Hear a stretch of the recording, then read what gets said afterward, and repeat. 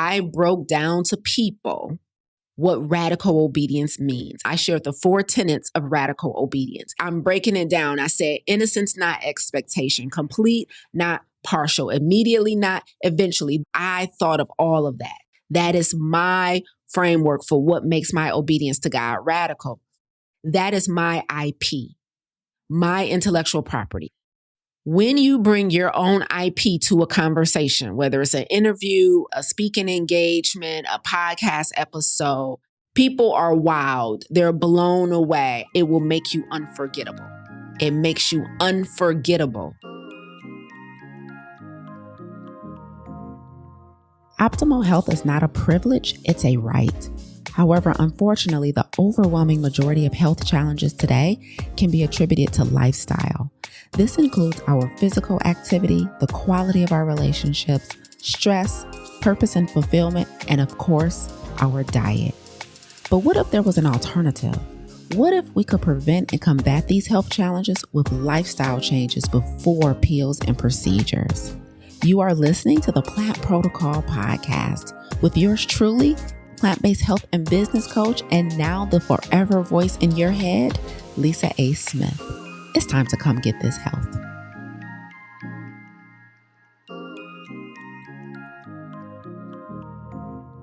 So you want to be a speaker.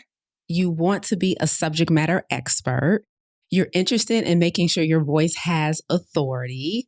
You want to ensure that when you show up online, when you show up on stages, that people remember who you are. They remember your name, right?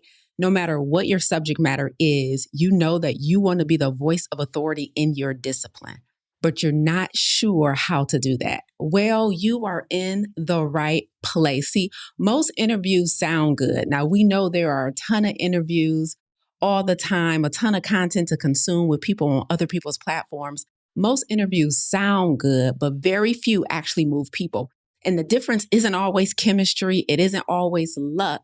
It's intention. So if you are somebody who wants to be known as a subject matter expert, as a speaker, seen as an authority in your discipline, then you are in the right place. Because if you've watched my recent interview with Brandi Harvey on Vault Empowers, then you are aware of how magnetic that conversation was. And it was so good that I thought I would do you guys a solid and break down to you guys today the formula for having such a dynamic and magnetic conversation. So welcome to Monday Morning Keynote with yours truly, Coach Lisa A. Smith. I specialize in helping other leaders, thought leaders, subject matter experts, entrepreneurs, leaders in 9 to 5, elevate their voice, eliminate chronic stress, and optimize their personal brand.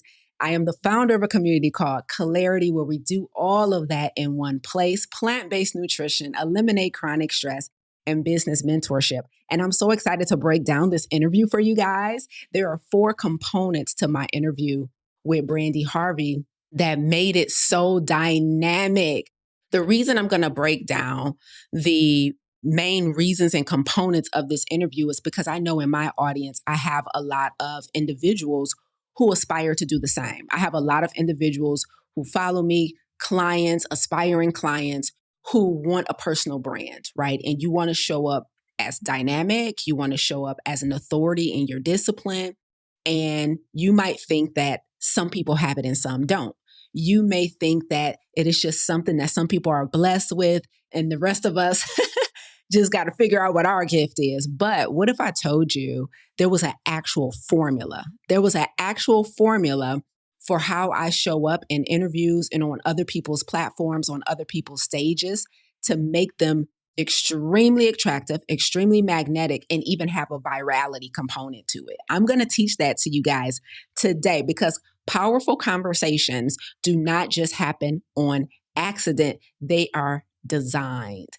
Powerful conversations don't just happen on accident. Isn't that good news? Like, isn't it so cool to think, man, I can watch somebody else exceptional and I no longer have to worry about they have it but I don't. I no longer have to wonder like whether or not that's possible for me. Isn't it so dope that somebody's willing to give you the formula for how they made some good content?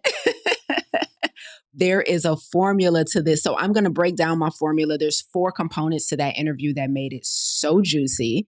And I'm going to share it. So whether you're hosting interviews, whether you want to be interviewed, whether you're leading teams, speaking on stages, or simply trying to communicate with more authority in your life, these 4 components, these 4 things that I'm going to share with you today will change how you approach every conversation going forward. So I'm going to share that with you guys today. Do you guys have your emotional support tee? Because I might come down some of y'all street today, because when I break down my formula for why me and Brandi's conversation was so good, I'm going to tell you what might make it difficult for you, right? Based on where you are in your personal development. So it's going to be good. I'm going to tell you what you need to do, and then I'm going to tell you why it could be potentially challenging for you. And so I think this is going to be a wealth of knowledge. Here's what I love about the conversation we're about to have. It's so good to see somebody do something dope and amazing, but it's even better when they teach you how they did it.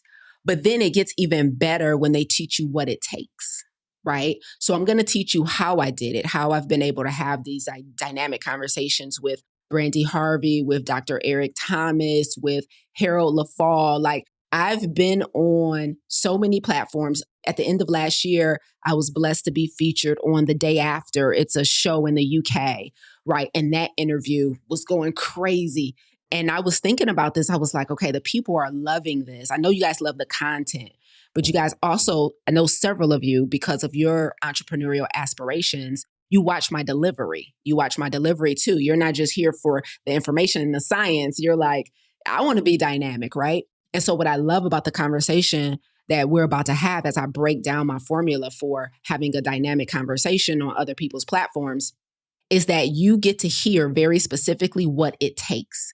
And a lot of times, if we're not careful, we'll look at somebody else and just assume that they have something that we don't have, right? Or we'll assume that we know what it takes, but we don't often get to hear directly from the source. And so today you're going to hear directly from the source, right? So I was blessed to have that conversation with Brandi.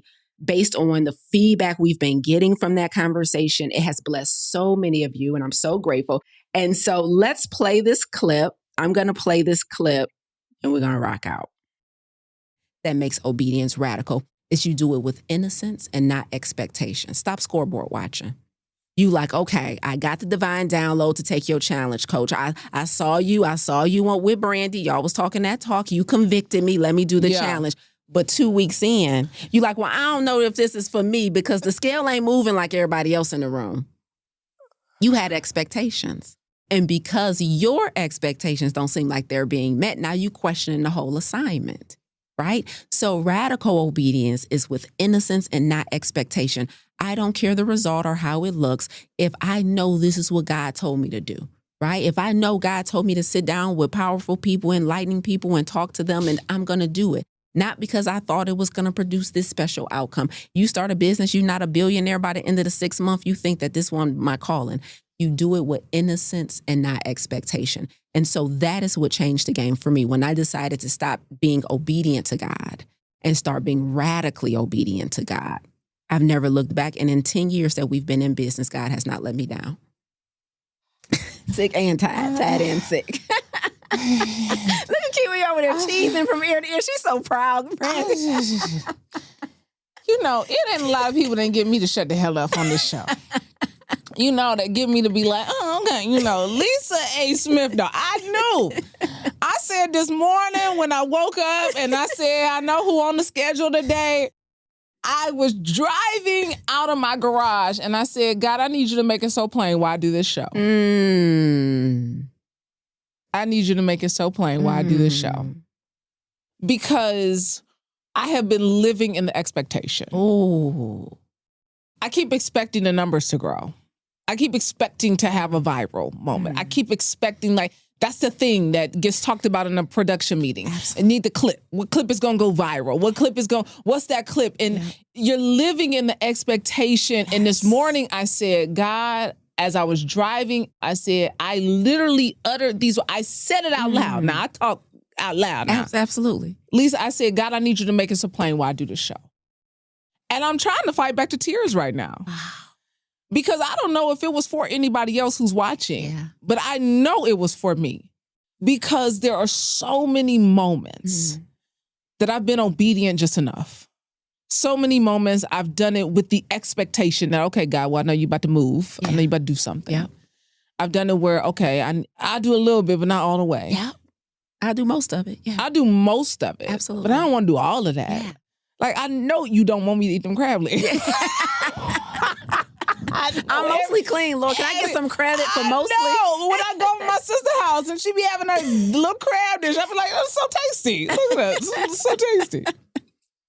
Yes. Radical obedience. I invite you to the side. So I know it froze. I apologize for that. But you guys heard the whole clip. Is that right? This conversation was quite intentional.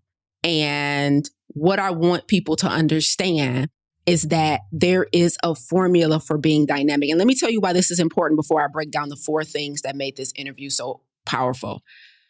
How many of you guys have ever listened to an interview, a webinar, a presentation by someone, and the information was good, but the delivery left a lot to be desired?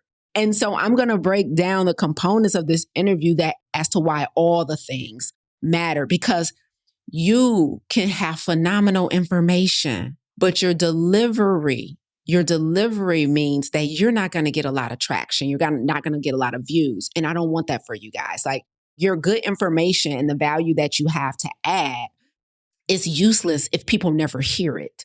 And so you need to have a formula on how to show up when it's time to share that information. You need to have a formula on how to show up when other people are watching, when you want to have influence over individuals. So y'all ready? Okay, who's ever my note takers, I'm about to give you the 4 components of my Brandi Harvey interview that made it so powerful. Make sure my note takers drop them in the chat.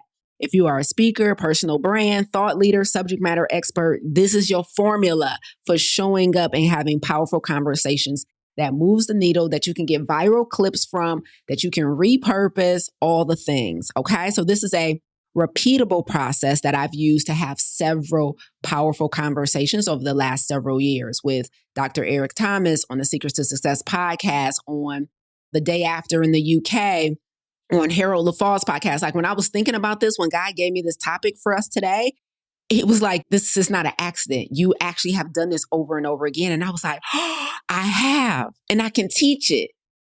Tip number 1, y'all ready? Tip number 1, note takers. The first thing that made this interview so powerful was mastery.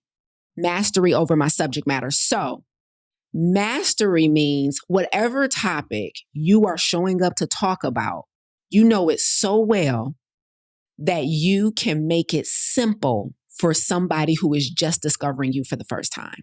So mastery doesn't mean that you know it.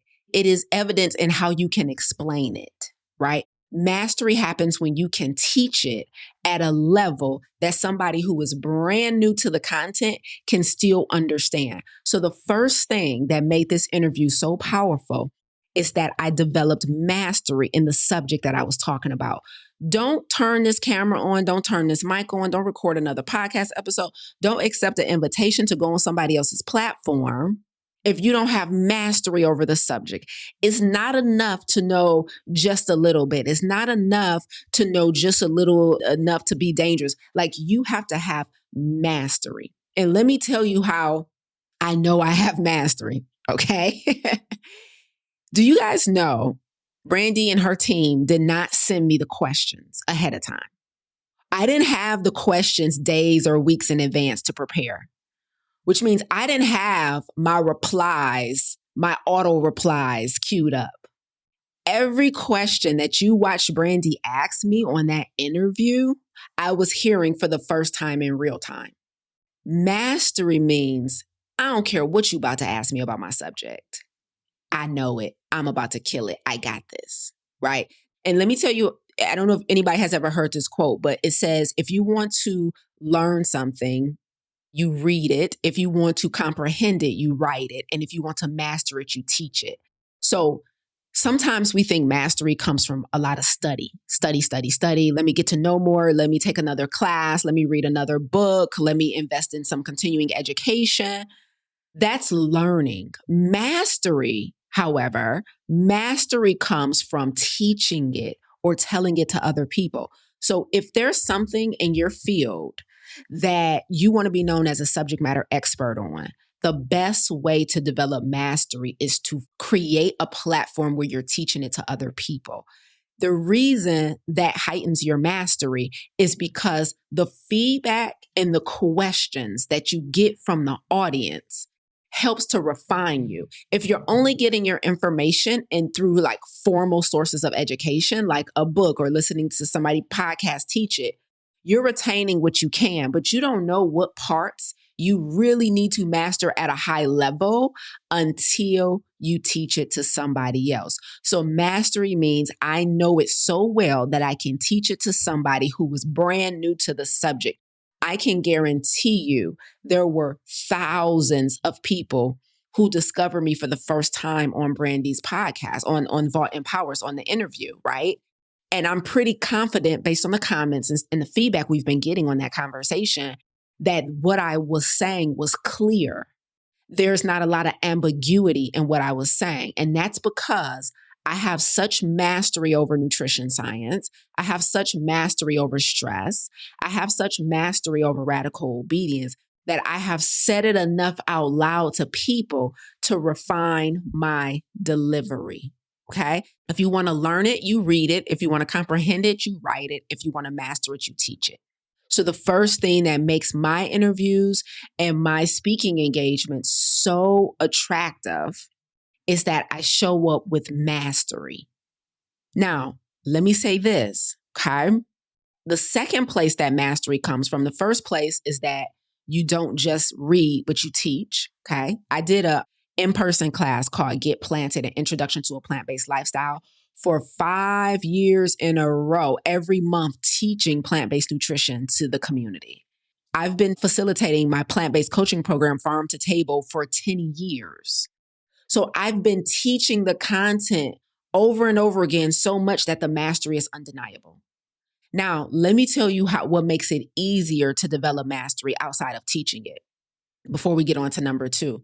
The second thing that you must do in order to develop a high level of mastery in your subject is you have to specialize. Some people, because you're afraid of excluding people, you're afraid of leaving people out, you stay a generalist and you never own a specialization. The thing that makes mastery easy is when you niche down, when you actually specialize. So stop being a generalist, own a specialization, own a specific lane. And that specialization makes mastery so much easier because you don't have to know a little bit about a lot. You have to know a lot about a little bit. I'm going to say that again. When you commit to specializing and niching down, mastery becomes 10 times easier because you don't have to know a little bit about a lot. You know a lot about a little bit. And so the first thing that made this interview so dope is that it was mastery, okay? And you develop mastery by teaching and you develop mastery by specializing. So nothing gives you mastery better than teaching it. And a lot of us, what's so crazy, a lot of us are not teaching because we're waiting to have mastery. We're like, I don't want to host a masterclass. I don't want to host a webinar. I don't want to host a coaching program because I don't know enough yet. You're waiting to know more, not realizing that more comes with going public. So the first thing that was so attractive is mastery. You know, being able to be on no matter what question Brandi was about to throw at me. Because again, she did not send us the questions ahead of time. I didn't know what direction the interview was going to go in, right? But I know I have mastery over my subject matter. And so because I was shooting from the hip, you guys didn't see me like in my head thinking about what I was going to say or trying to collect an answer that I had already pre-written. Everything was organic and off the top. Everything was organic and off the top. Okay. So tip number 1, develop mastery. And let me tell you, this will be hard for you if you are afraid to niche down. Mastery will be a challenge for you. It will be uncomfortable for you if you haven't been courageous enough to specialize. If you haven't been courageous enough to niche down and become a specialist, mastery is going to be more uncomfortable and more difficult for you. Okay. The second thing that made my interview with Brandi so powerful, is that I owned a polarizing point of view. So when you go on other people's platforms, other people's stages, you get interviewed by somebody, or you're on your own platform, your own social media, your own podcast, being polarizing is so effective. It's so effective. So what does that mean? That means that I have a stance on how I feel about my subject, and I don't waver from that when I get in the public. So let me give you guys an example. If you watch my interview with Brandi, there were about 3 things that I'm extremely polarizing on, right? And polarizing means that there are some people that are going to adamantly disagree with me, right? There are some individuals who are like, that way is like, that would challenge my way and my approach. So there are about 3 main things that came up in that interview that were extremely polarizing, okay? The first was vegan in and of itself, right? So during my interview with Brandi, I talked about being a plant-based vegan. I talked about why it's the most powerful dietary regimen on the planet, right? So vegan versus not vegan is already a polarizing subject in our society, is it not? It's like meat eaters versus non-meat eaters, right? But I didn't show up to that interview. Not one time, did you guys hear me say, well, you can eat a little bit of meat or you can. I stood on business on what I believed in. When you are polarizing, right, you get the people who are on your side. They become fans. They become super fans. They become like, yes, right? You don't waver on your beliefs. You stand on business. And when you have a polarizing perspective on something, like I believe a whole food plant-based diet is the most optimal diet for health.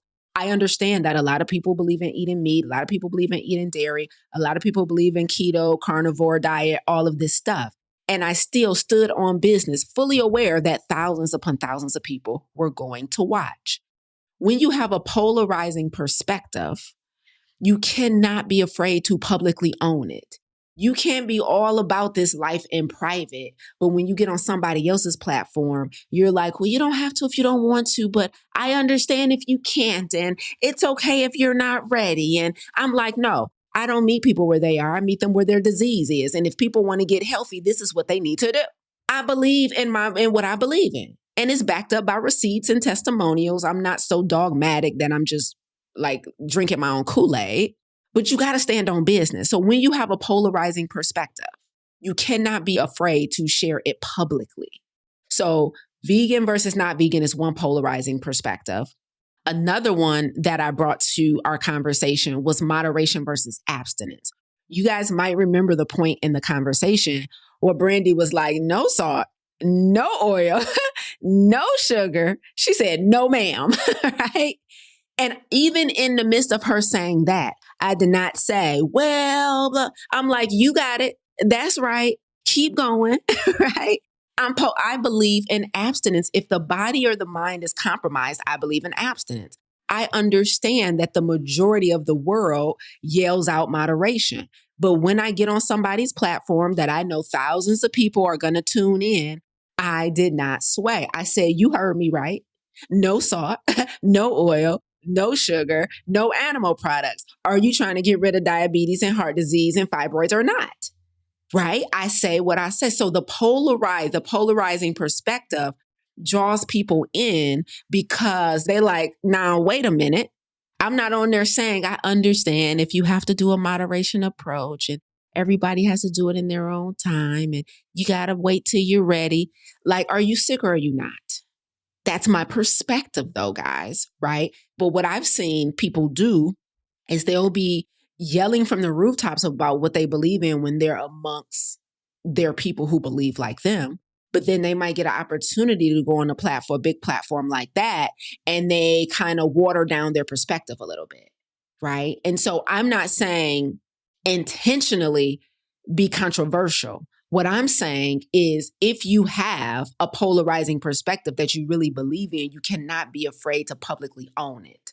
The third polarizing perspective that I brought to the conversation was obedience to God versus radical obedience, right? I said, your problem is that you're obedient. I don't believe in obedience. I believe in radical obedience. right? And so then what happened? Looking at the comments on YouTube or everything, people like, oh, I'm trading in obedience for radical obedience. Sold. I'm like, we got any takers for radical obedience? Everybody sold. I'll take, right? And so you cannot be afraid to be polarizing. Now, let me tell you why this number 2, owning a polarizing perspective, might be hard for some of you. Owning a polarizing perspective to make your talks and your interviews more dynamic and magnetic will be hard for those of you who struggle with people pleasing.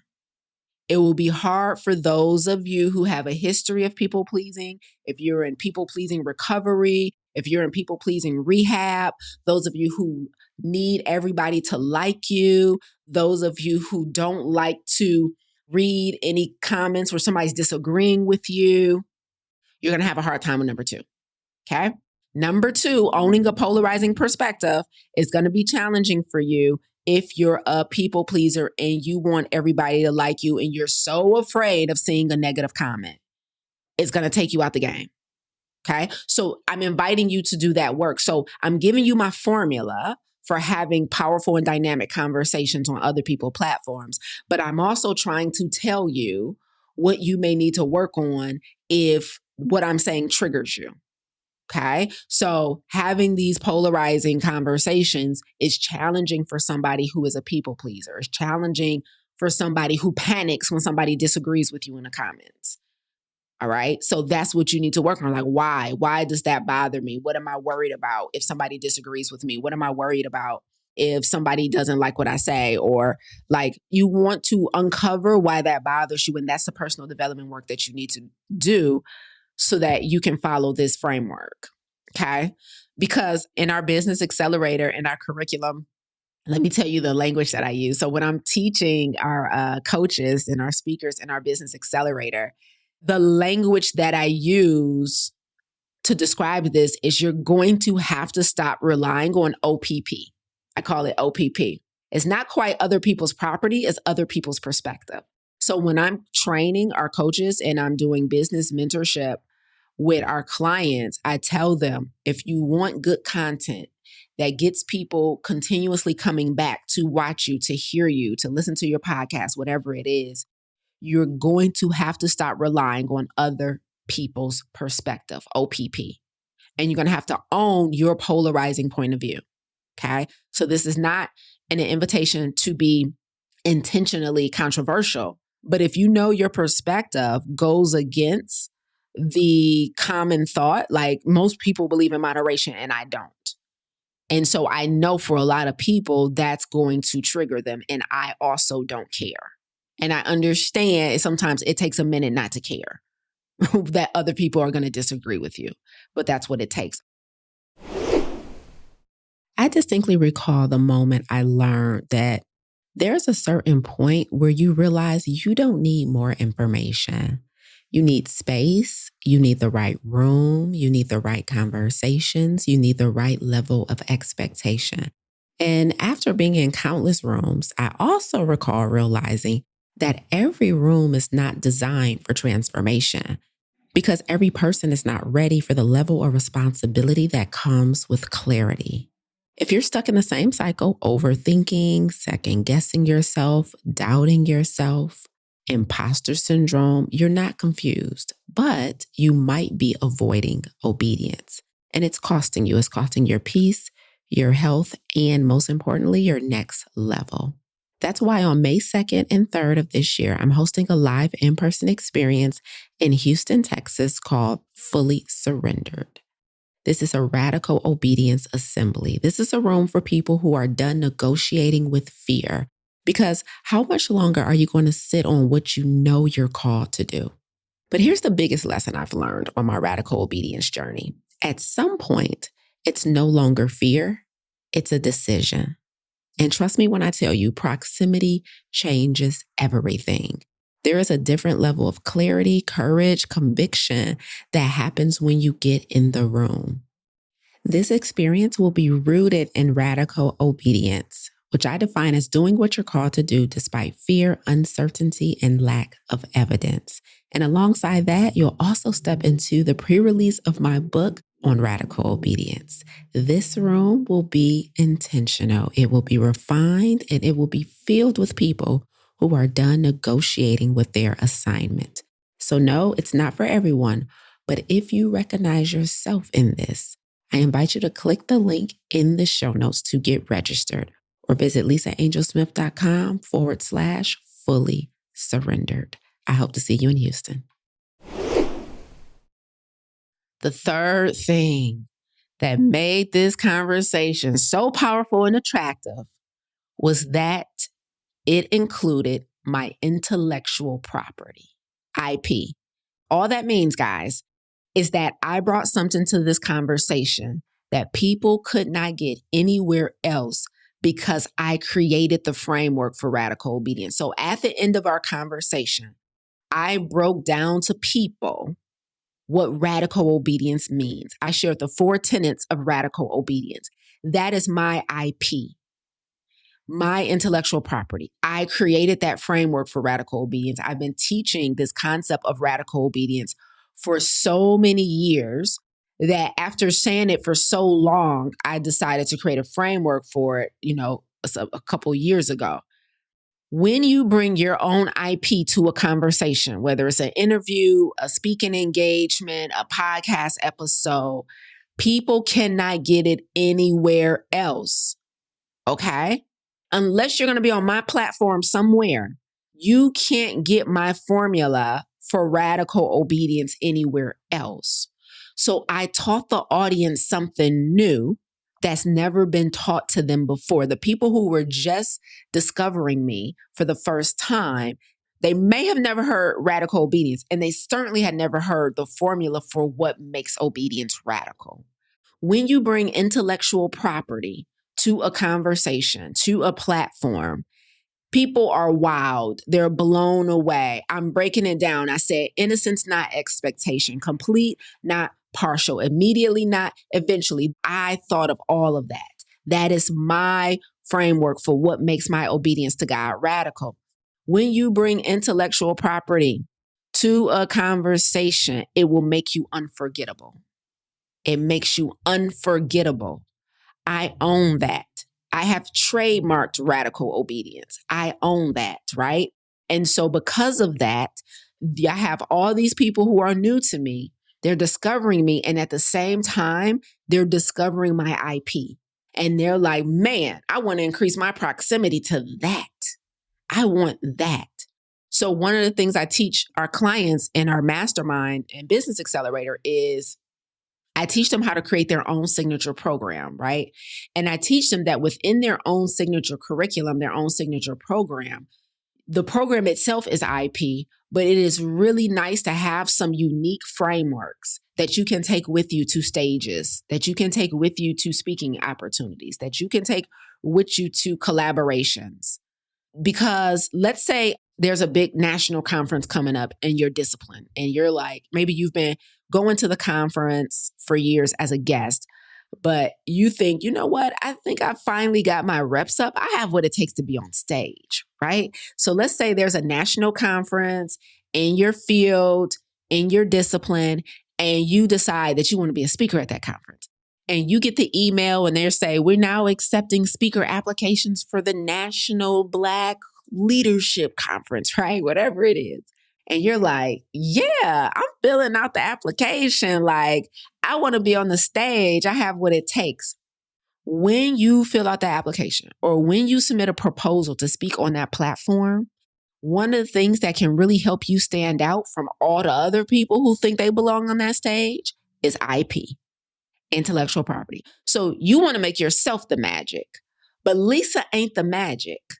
My framework for radical obedience is the magic. That means when you're reading my proposal, you're reading my application, I'm telling you, I'm about to bring something to your audience that they can't get from anywhere else except from me. Intellectual property is so invaluable. It's so invaluable.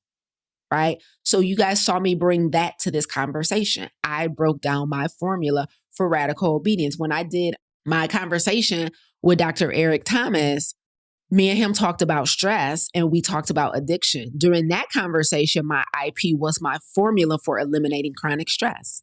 That was my IP in that conversation.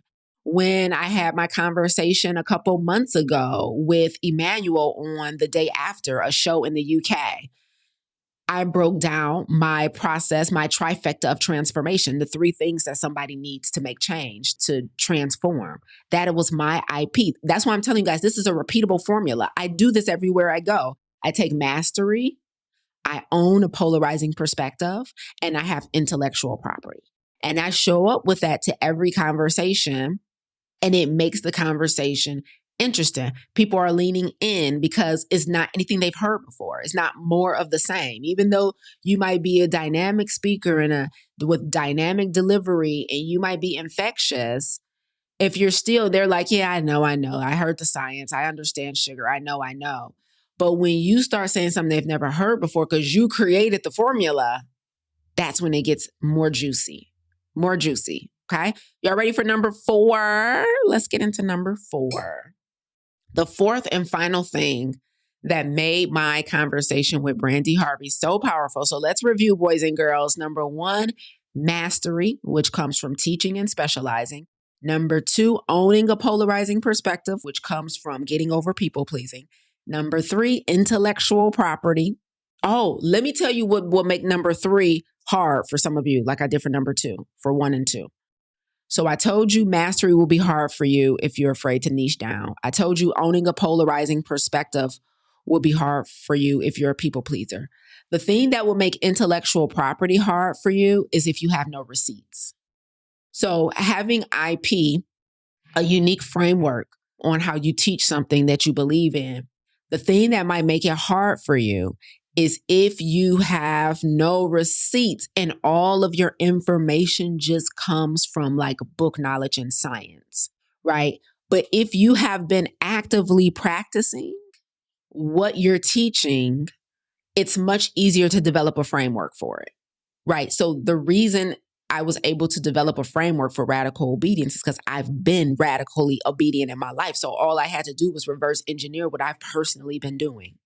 The reason I was able to develop a framework, my trifecta of transformation, and break down the 3 things that must be present for somebody to change their habits and their behavior is because I've been coaching for 10 years. So I have literally hundreds, thousands probably of people that I use as data.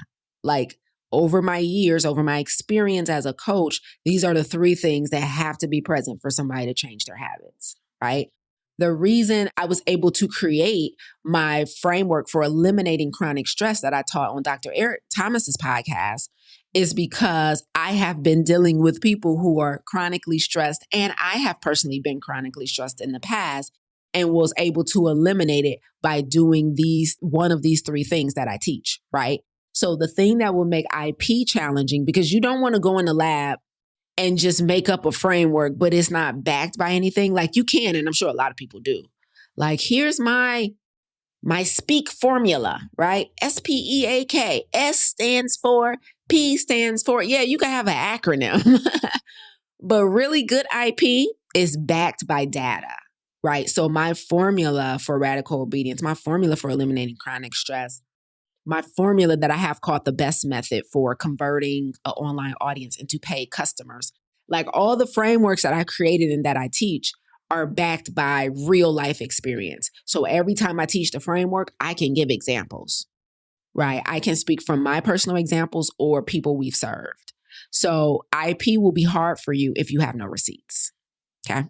Okay, now let's get into number 4. Let me give you the final component that made this interview so powerful. Now, number 1 through 3 is anybody can do it.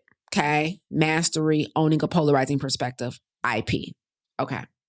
Number 4, I'm going to share it with you, but I can't promise everybody can duplicate it. Not as easily as numbers 1 through 3. Okay. But I have to tell you because it was a part of what made this conversation so good. Okay. You gotta be likable. You got to be likable. Now, I'm going to tell you, there's different things that make us likable as humans, okay? We all have our own little swag. Let me tell you what makes me likable specifically. Okay. I know this about me. Okay. The first thing that makes me likable when I'm on platforms like this is that I'm extremely witty. I even arguably, some of you guys may disagree, but I think I'm funny. Right. So you got to be likable. So the number 4 is about personality. Okay. It's about personality. So there's different things that can make you likable. Like for some people, the thing that makes them likable is how it's like their humility, like they're humble, like, oh, I can't believe I'm here. They're soft. I don't have that softness in me. My junk is like, raw, right? So it's not like softness that makes me likable, but my wittiness and my intellect makes me likable. Okay. So I think I'm witty. I think I'm funny. And that's always, anytime you can be funny, don't force funny, but if you're naturally funny, use that as often as you can because it disarms audiences. And let me tell you why being funny or witty is so disarming if you're using my formula.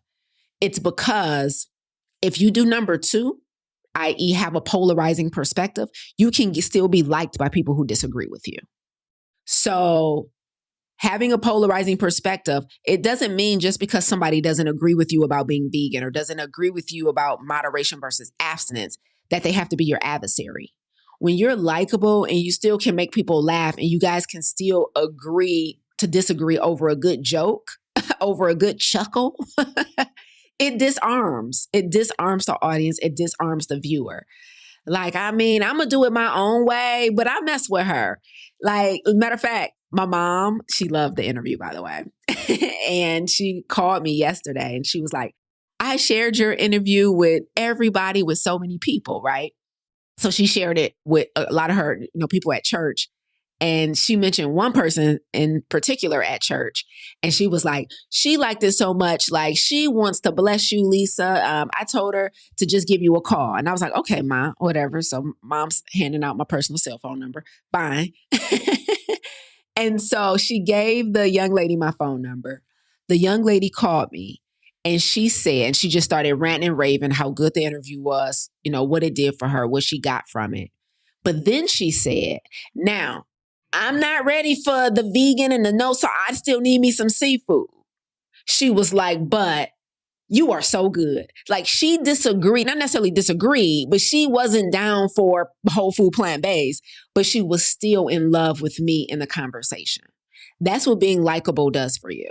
Like, it allows people to still want to be in your presence, still want to continue to consume your content, even though they're not ready for what you sell, even though, they don't even necessarily fully agree. Like, there might be some people that are full on, like, there's no way we should ever take animal products out of our diet. And they will still listen to me, right? They will still come around for the information, for, the delivery.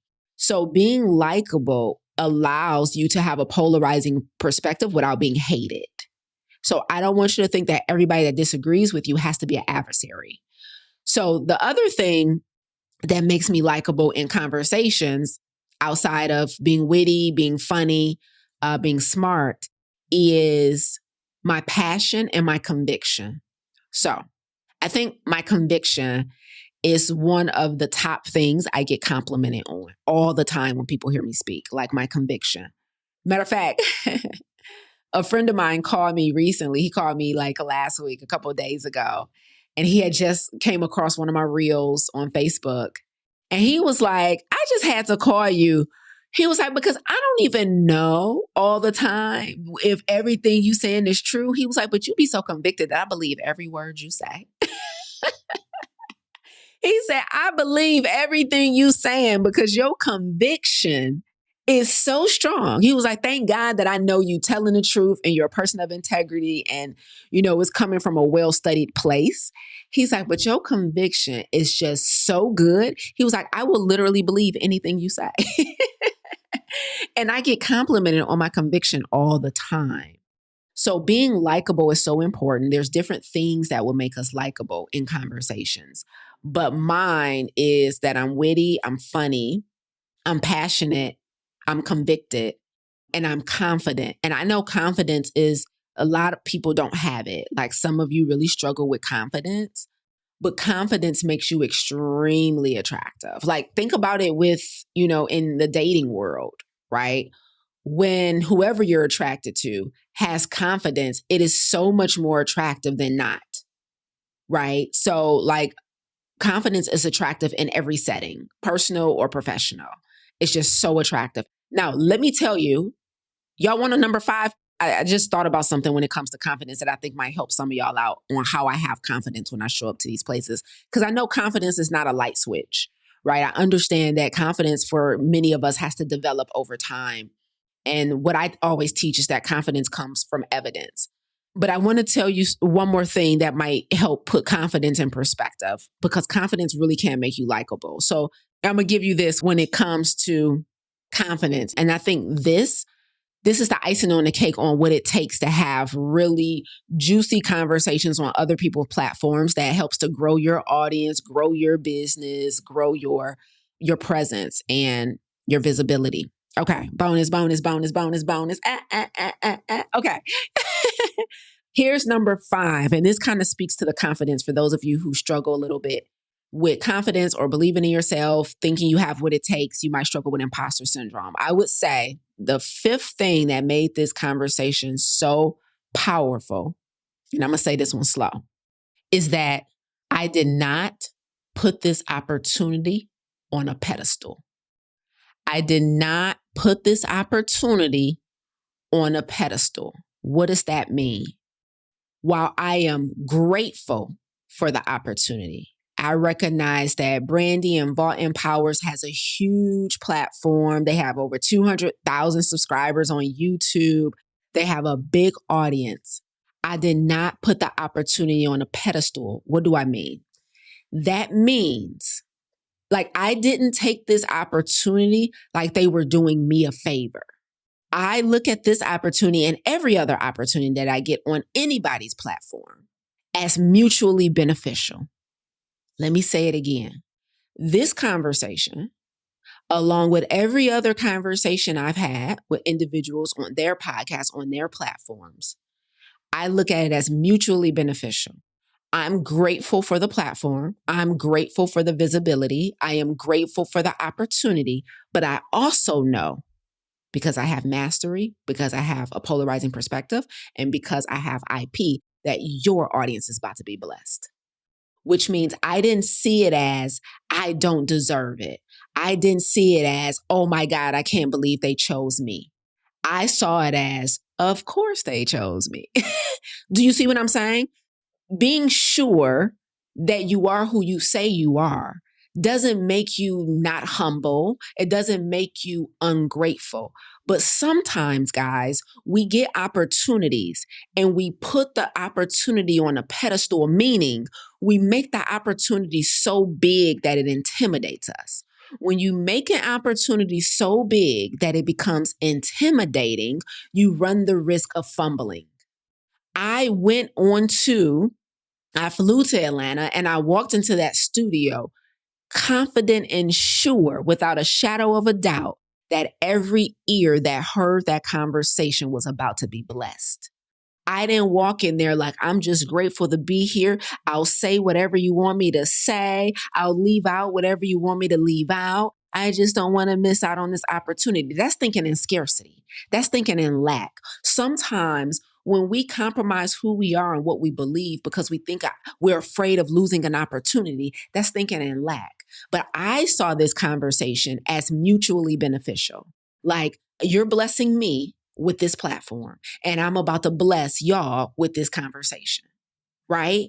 And so sometimes we might think this is a once in a lifetime opportunity that I'll never get again. And I'm going to put the opportunity on a pedestal, which means I might run the risk of compromising my perspective. I might run the risk of watering down my point of view. I just want to say whatever you guys want to hear so that you choose me or choose me again. Absolutely not.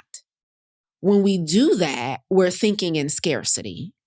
Okay. I say something to my students quite often that I just said recently during our 30-day vegan challenge. And I want you guys to hear this. The creation can never be bigger than the creator. The creation can never be bigger than the creator. I am the creator of this opportunity. There was something I've been doing over the past 10 years, developing mastery, showing up publicly, serving people from an honest place with integrity that landed me on that stage and in that studio. I created the opportunity. I cannot make the opportunity bigger than me. The creation can never be bigger than the creator. Sometimes we get an opportunity and we think it's so big that we shrink, right? So you get in a studio with somebody and you shrink. You get on somebody else's platform and you shrink. You're invited on a panel next to other powerful voices and you shrink. The creation can never be bigger than the creator, ever. So I don't put not one stage, not one microphone, not one speaking opportunity, not one podcast interview on a pedestal. And that's what also gives me confidence because I walk in knowing this is one of many opportunities. And if I play this right, I'll get the next opportunity from this opportunity. So sometimes our confidence or lack thereof fumbles an opportunity because we have made the opportunity bigger than us. We have put it on a pedestal, not recognizing our value, not recognizing and acknowledging what we did to get there. And so you have to understand that no one person holds the key to your success. No one person holds the key to your success. This is going to do something for me, just like it's doing for them. As a matter of fact, we should read some comments from the conversation. I remember just recently, because I'm so grateful, I've been replying to every comment on YouTube under the conversation. There's a ton of comments. And so one of the comments I read said, I think this comment was on Instagram actually. Somebody said, I've never listened to Brandi before now, but I am now. I'm now a subscriber, right? I see myself as bringing value, just like I know she saw me as bringing value. So it was mutually beneficial. So in order to have confidence, in order to show up with that I know who I am energy, without being conceited, without coming off as full of yourself, then you have to see the opportunity as mutually beneficial. You cannot put the opportunity on a pedestal and you cannot make it bigger than you. Okay. So I would say that would be bonus number 5 on why this conversation was so dope. Was this helpful? My 4 tips, 5 on how to recreate a powerful conversation that has virality and most importantly though, blesses people. I don't really care about the virality as much as watching people say, I'm now going to be radically obedient. Matter of fact, one of the comments was, I'm publishing my book on Amazon officially. I'm about to do it right now. That is what fills me up. Like, I don't care as much about all the new followers and comments. That's cool, but that's not what moved the needle because God didn't tell me to just become a viral sensation. He told me to increase the health and life expectancy of people.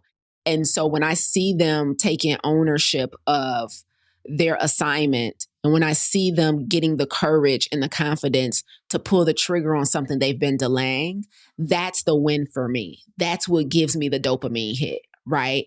And so I'm hoping, right, that it did the same for you guys. Somebody said, glory to God, this episode has me evaluating my mind, body, and soul.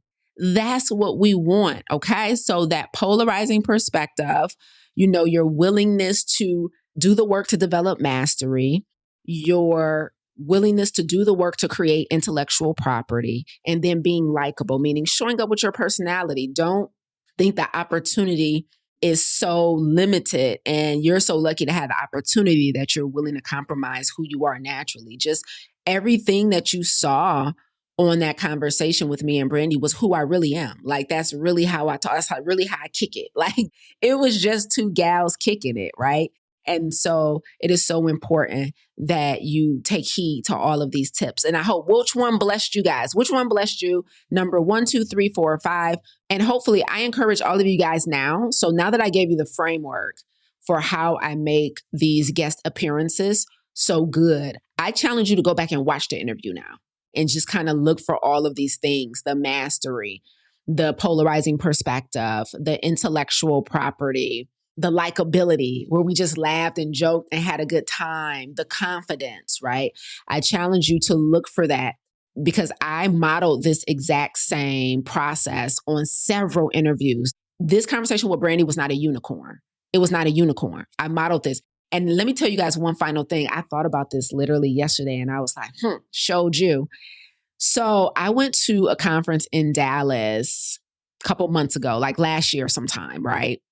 And this conference in Dallas was about creating content. They had a bunch of speakers. Then it was all about how to create really good content so that you can move, people and things into your business, into your program so that you could sell more, basically. So it was one gentleman there. He's from London, and I don't want to say his name, but he was teaching that when you want to create really good content, you got to decide on I forgot the word he used, but I'll give an example. But you got to decide on your own style of content, for the lack of a better word. So I'll give you an example. You know how some people, they do reaction videos. So they'll play a video and they'll give you their take on it, right? So that's their style of content, is reactions, right? You have some people who do skits. That's their style of content.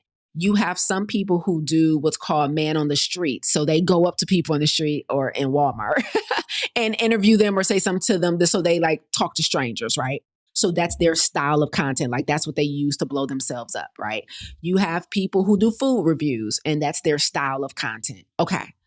So this guy was speaking at this conference in Dallas, right? And he was basically saying, if you want really good content that's going to, be viral and going to attract people to you, you have to decide on a style. Right? Are you going to do reaction videos? You got some people who just sit in a car and they spit wisdom, and that's their style of content. So I went up to him after he spoke. I caught him in the hallway and I was like, all of the clips that have went viral from me have been from me speaking. I was like, the clips that have done really well and got me a lot of traction were clips where I was speaking on stage or speaking on somebody's platform. I was like, is that a style that is duplicatable? Because he was teaching you figure out what style fits you best, that you like doing, that fits your personality. And then you just do it over and over and over again, right? And so I was asking him, like, you didn't mention this style, but I was like, clips from me speaking on other people's platforms, is that a style that I can duplicate and use over and over and over again to get traction to my brand, to my pages and all of that stuff? And he was like, no.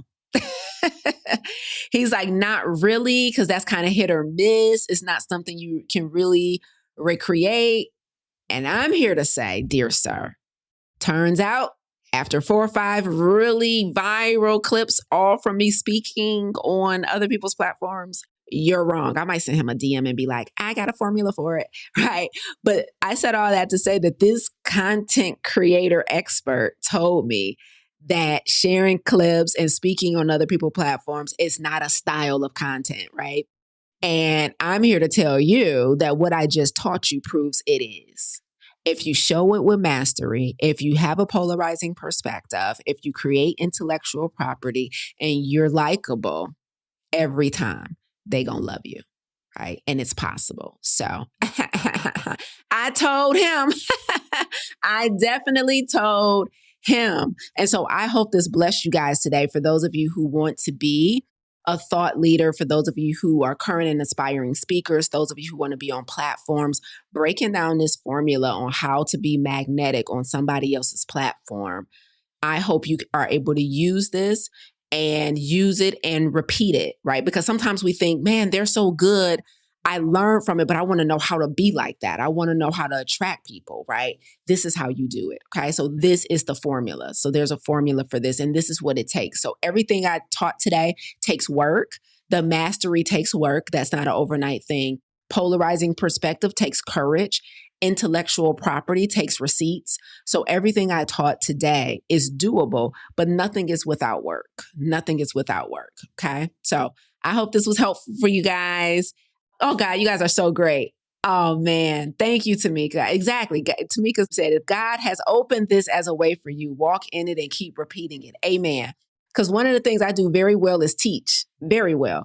Right. And so everything I do that has any inkling, I'm talking about, it only take about a half a teaspoon of success for me. Anything that has a half a teaspoon of success, I try and bring it back and teach it to you guys. So I have a successful coaching program that's been around 10 years. Let me teach you how I did it. I have a successful speaking career. Let me teach you how I did it. I have a successful health status at my age. Let me teach you how I did it. I had an interview that's doing really well. Let me teach you why, right? I just believe in bringing it back to you guys and teaching it so it doesn't become so intimidating that it feels like it's impossible for you. So love you guys. God bless y'all. Bye, y'all. You tuned in today because, like me, you refuse to let your good become the enemy of your great. You're not settling for good health when optimal is well within reach. If you're ready to go from good to great, visit lisaangelsmith.com to learn more about our plant-based health coaching program, Farm to Table, and our plant-based business accelerator and coaching certification. But before you go, if you enjoyed what you heard today, please consider rating and reviewing this podcast. Until next time, remember, radical obedience is still undefeated. Stay obedient.